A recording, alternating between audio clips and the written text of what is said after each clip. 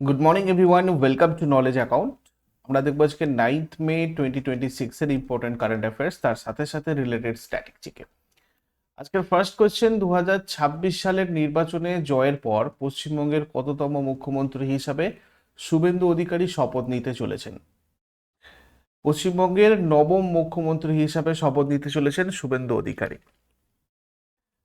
8 মে অর্থাৎ আজকে 2026-এ বিজেপি পরিষদীয় দলের নেতা হিসাবে তিনি নির্বাচিত হয়েছেন গতকাল, এবং 9th মে 2026-এ অর্থাৎ আজকে পশ্চিমবঙ্গের নবম মুখ্যমন্ত্রী হিসাবে তিনি শপথ নেবেন। তো বিজেপির প্রথম মুখ্যমন্ত্রী আমাদের পশ্চিমবঙ্গের ইতিহাসে এই শুভেন্দু অধিকারী। ভবানীপুর এবং নন্দীগ্রাম থেকে তিনি জিতেছেন। 2026 সালের নির্বাচনে শুভেন্দু অধিকারী এই কেন্দ্রে মমতা বন্দ্যোপাধ্যায়কে পরাজিত করেছেন। আর শুভেন্দু অধিকারী নন্দীগ্রাম থেকেও জিতেছেন। পশ্চিমবঙ্গের বিধানসভা এক কক্ষ বিশিষ্ট এবং এতে মোট 294টা আসন রয়েছে। সংবিধানের ধারা 164 অনুযায়ী রাজ্যপাল মুখ্যমন্ত্রীকে নিয়োগ করেন এবং শপথ বাক্য পাঠ করান। আমাদের পশ্চিমবঙ্গের মুখ্যমন্ত্রীদের নাম যদি আমরা দেখি, প্রথম মুখ্যমন্ত্রী ছিলেন প্রফুল্লচন্দ্র ঘোষ ভারতীয় জাতীয় কংগ্রেস থেকে, তারপরে বিধানচন্দ্র রায় ভারতীয় জাতীয় কংগ্রেস, তারপরে প্রফুল্লচন্দ্র সেন ভারতীয় জাতীয় কংগ্রেস, অজয় কুমার মুখার্জি ইনিও বাংলা কংগ্রেস ভারতীয় জাতীয় কংগ্রেস, সিদ্ধার্থ শঙ্কর রায় ভারতীয় জাতীয় কংগ্রেস, তারপরে জ্যোতি বসু ভারতের কমিউনিস্ট পার্টি, এবং তারপরে বুদ্ধদেব ভট্টাচার্য, এবং মমতা ব্যানার্জি ছিলেন তৃণমূল কংগ্রেসের।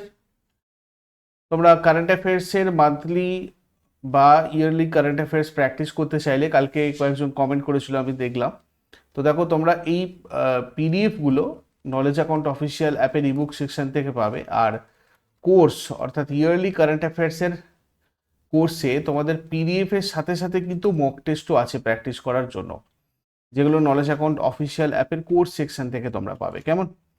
আচ্ছা, বাকি অন্যান্য ব্যাচও চলছে নলেজ অ্যাকাউন্ট অফিসিয়াল অ্যাপে। তোমাদের রেলের ব্যাচ, ডাব্লিউবিপি, কেপির foundation, upper primary, general combined ব্যাচটা তোমাদের সমস্ত পরীক্ষার জন্য হেল্পফুল, তোমরা এটাতেও যুক্ত হতে পারো। তাছাড়া তোমাদের নতুন আর একটা ব্যাচ ডাব্লিউবিপিএসসি মিসলেনিয়াস, এটাও স্টার্ট হয়েছে 5th মে থেকে, তোমরা চাইলে এগুলোতে যুক্ত হতে পারো। এখানে তোমাদের এক্সট্রা বোনাস হিসাবে 20টা ফুল লেন্থ মক টেস্ট এই প্রিলিমিনারি এক্সামের জন্য প্রোভাইড করা হবে সম্পূর্ণ ফ্রিতে এই ব্যাচের মধ্যে। এইগুলো রিলেটেড আরও যদি কোনো কোয়ারিজ থাকে তোমরা আমাদের অ্যাপের হেল্প চ্যাট সেকশানে জানাতে পারো, অথবা এই নাম্বারে হোয়াটসঅ্যাপ অথবা কল করে আমাদের সাথে যোগাযোগ করতে পারো। চলে আসবো সেকেন্ড কোয়েশ্চেনে। 2026 সালের গ্লোবাল এয়ার কোয়ালিটি চার্টে নিচের কোন ভারতীয় শহরটি শীর্ষ দূষিত শহরের তালিকায় স্থান পেয়েছে? তো দেখো এখানে বিকানের শীর্ষ দূষিত শহরের তালিকাতে স্থান পেয়েছে।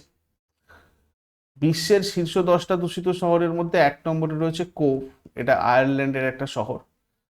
সেকেন্ড পজিশনে ডানগারভান আয়ারল্যান্ডের, আর ক্লোনমেল আয়ারল্যান্ড, তিনটেই আয়ারল্যান্ডের। আর আমাদের ভারতের বিকানের 5 নম্বরে আছে। তারপরে পাটনা, তারপরে ঔরঙ্গাবাদ, তারপরে হচ্ছে বেগুসরাই। এরপর 2026 সালের এপ্রিল মাসে কোন শহরে জীবাশ্ম জ্বালানি নির্ভরতা কমানোর জন্য একটা গুরুত্বপূর্ণ জলবায়ু সম্মেলন অনুষ্ঠিত হয়েছে? এটা হচ্ছে সান্তা মার্তা। এটা কলম্বিয়ার ক্যারিবিয়ান উপকূলে অবস্থিত একটা ঐতিহাসিক বন্দর।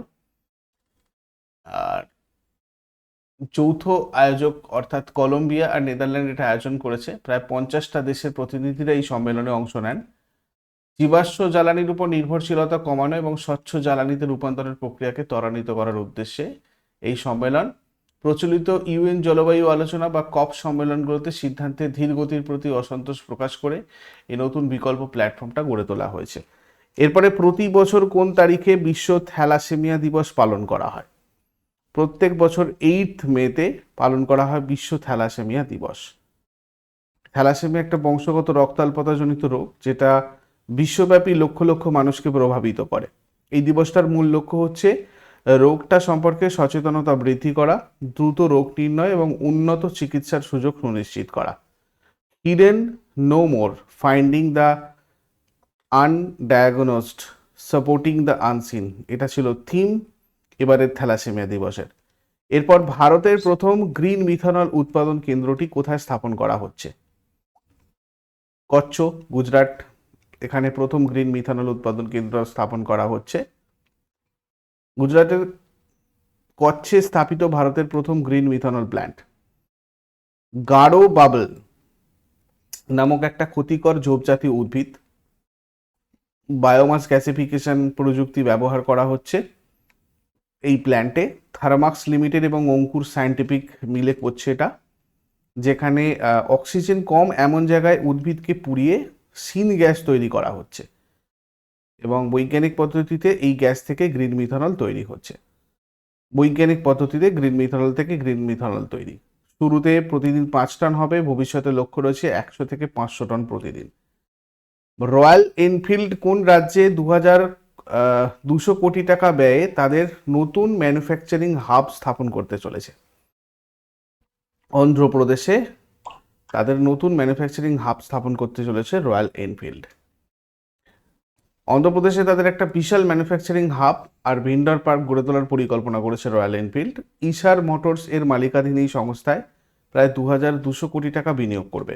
অন্ধ্রপ্রদেশের তিরুপতি জেলার সত্যভেদু মণ্ডলের ভানেল্লুরু এবং রল্লাকুপ্পাম গ্রামে হবে এটা তামিলনাড়ুর বাইরে রয়্যাল এনফিল্ডের প্রথম বড় প্রোডাকশন প্ল্যান্ট। প্রায় 267 থেকে 450 একর জমি এই প্রকল্পের জন্য বরাদ্দ করা হয়েছে। এরপরে বিহারের নগর উন্নয়নের জন্য বিশ্বব্যাংক সম্প্রতি কত টাকার ঋণ অনুমোদন করেছে? 4750 কোটি টাকার ঋণ অনুমোদন করেছে বিহারের নগর উন্নয়নের জন্য বিশ্বব্যাংক। বিহার আরবান ট্রান্সফরমেশন প্রোগ্রামের অধীনে 500 মিলিয়ন মার্কিন ডলার বিশ্বব্যাংক ঋণের প্রস্তাব অনুমোদন করেছে। এই প্রকল্পের মূল লক্ষ্য হচ্ছে বিহারের শহরগুলোর পরিকাঠামো উন্নত করা এবং সমন্বিত অর্থনৈতিক অঞ্চল গড়ে তোলা, নগর শাসন ব্যবস্থা শক্তিশালী করা, নাগরিক পরিকাঠামো উন্নত করা এবং টেকসই নগর উন্নয়ন নিশ্চিত করা। এরপরে এনসিআরবি এর সাম্প্রতিক রিপোর্ট অনুযায়ী ভারতের কোন মেগা শহরে প্রতি লক্ষ জনসংখ্যায় আত্মহত্যার হার সবচেয়ে বেশি? বেঙ্গালুরুতে। এনসিআরবি একটা রিপোর্ট প্রকাশ করেছে এবং সেখানে তথ্য অনুযায়ী জনসংখ্যার অনুপাতে আত্মহত্যার হার বেঙ্গালুরুতে অনেক বেশি। 2024 সালে মোট 2403টে আত্মহত্যার ঘটনা ঘটেছে।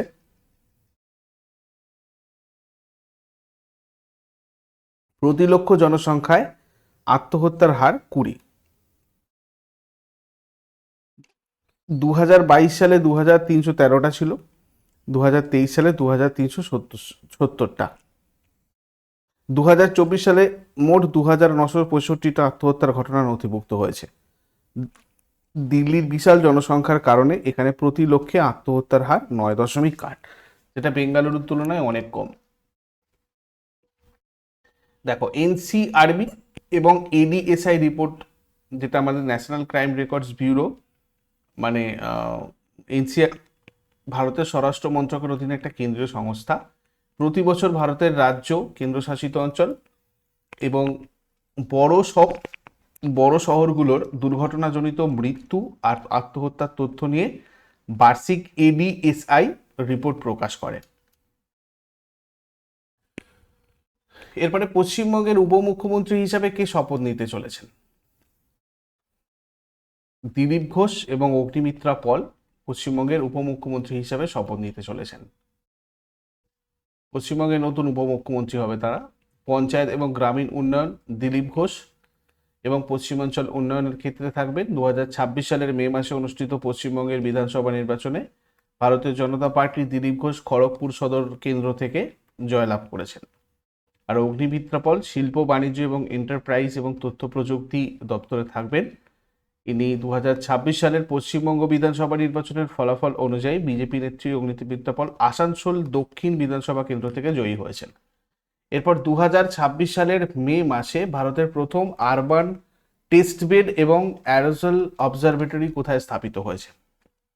এটা হয়েছে চেন্নাই। এই কেন্দ্রের প্রধান লক্ষ্য হচ্ছে শহরের আবহাওয়ার পূর্বাভাস, মৌসুমী বায়ুর গতি প্রকৃতি এবং বিশেষ করে আকস্মিক বন্যা বা দুর্যোগের নিখুঁত পূর্বাভাস দেওয়া। প্রায় 60 কোটি টাকা ব্যয়ে নির্মিত এই গবেষণাগারে 15টা আধুনিক যন্ত্রপাতির মাধ্যমে বায়ুমণ্ডলের 50টি ভিন্ন প্যারামিটার আর মান পর্যবেক্ষণ করা হবে। এই উন্নত প্রযুক্তিতে সঠিক তথ্য সংগ্রহের জন্য চেন্নাই আর তার পার্শ্ববর্তী এলাকায় প্রায় 100টা স্বয়ংক্রিয় আবহাওয়া কেন্দ্র স্থাপন করার পরিকল্পনা নেওয়া হয়েছে। এই জলবায়ু পরিবর্তনের মোকাবিলা এবং ভবিষ্যতের স্মার্ট সিটি তৈরিতে একটা গুরুত্বপূর্ণ পরিকাঠামো হিসেবে কাজ করবে এটা। এরপর 2024 সালের এনসিআরবি রিপোর্ট অনুযায়ী মানব পাচারের ঘটনায় কোন রাজ্য ভারতের মধ্যে শীর্ষে রয়েছে? তেলেঙ্গানা রয়েছে ভারতের মধ্যে শীর্ষে মানব পাচারের দিক থেকে। ভারতের মোট মানব পাচার মামলার প্রায় 20% শুধু তেলেঙ্গানাতে নথিভুক্ত হয়েছে।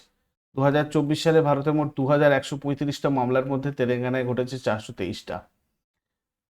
তেলেঙ্গানায় পাচারের হার প্রতি লক্ষে 1.1, যেখানে জাতীয় গড় মাত্র 0.2।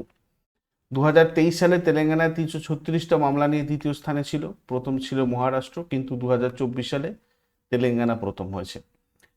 এরপর আগের দিনের হোমওয়ার্ক দেখব। ভারতের দাক্ষিণাত্য লাভার ট্র্যাক্টে কোন ধরনের মাটি প্রাথমিকভাবে পাওয়া যায়? তা হয়ে যাবে আমাদের কালো মাটি বা রেগুর মাটি। আর পুরস্কার বিজয়ী চলচ্চিত্র স্লামডগ মিলিয়নিয়ারের কোন পরিচালক দ্বারা পরিচালিত? এটা ড্যানি বয়েল। আজকে তোমাদের জন্য প্রশ্ন থাকবে, রঞ্জিত সিংহ গোল্ড কাপ কোন খেলার সাথে সম্পর্কিত, আর কোন শহর 2028 গ্রীষ্মকালীন অলিম্পিক গেমস আয়োজন করবে? শেষকালে আমাকে কমেন্টে জানাও এগুলো। চট করে আগের দিনেরগুলো কুইক রিভিশন করে নেব আমরা। 8 মে 2026 এর রিভিশন কি ছিল? 2026 সালের টমাস কাপ কোন দেশ জয় করেছে? এটা জয় করেছে চীন। 2026 সালে ঘোষিত ভারতের 18তম রেলওয়ে জোনটার নাম কি? South coast railway. 2026 সালে হরমুজ প্রণালীতে বাণিজ্যিক জাহাজ সুরক্ষা দিতে আমেরিকা কোন অপারেশন শুরু করেছে? Project freedom. 2026 সালের মে মাসে স্পেস এক্স কোন দেশের CAS 5002 আর্থ অবজারভেশন স্যাটেলাইটটা উৎক্ষেপণ করেছে? দক্ষিণ কোরিয়া। আলেজান্দ্রো জানার্থি, যিনি সম্প্রতি প্রয়াত হয়েছেন, তিনি কোন দেশের কিংবদন্তি ক্রীড়াবিদ ছিলেন? ইতালি। প্রস্তাবিত নতুন পরিবর্তন অনুযায়ী প্রধান বিচারপতি সহ সুপ্রিম কোর্টের মোট বিচারপতির সংখ্যা কত হবে? 38। 2024 সালের তথ্য অনুযায়ী ভারত মোট কত রেমিটেন্স বা প্রবাসী আয় গ্রহণ করেছে? 134 বিলিয়ন ডলার। 2026 সালে প্রথম international big cat alliance summit কোথায় অনুষ্ঠিত হবে? ভারত। ভারতের তুলা উৎপাদন বৃদ্ধিতে কেন্দ্রীয় মন্ত্রিসভা সম্প্রতি কোন মিশন চালু করেছে? Cotton productivity mission. সম্প্রতি অনুমোদিত সেমিকন্ডাক্টর প্রকল্পতে মোট কত টাকা বিনিয়োগ করা হচ্ছে? 3,936 কোটি টাকা। প্রতি বছর কোন তারিখে বিশ্ব হাত পরিচ্ছন্নতা দিবস পালন করা হয়? 5 মে। এগুলো ছিল আগের দিনের কোয়েশ্চেন্স। ইউজফুল বলে মনে হলে অবশ্যই সবাই লাইক করো, বন্ধুদের সাথে শেয়ার করো। আর প্রতিদিন সকাল 6টার সময় ডেইলি কারেন্ট অ্যাফেয়ার্সের আপডেটের জন্য নলেজ অ্যাকাউন্টকে সাবস্ক্রাইব করে বেল আইকন প্রেস করে অলে ক্লিক করে রাখো। Thank you so much. Take care. Have a great day.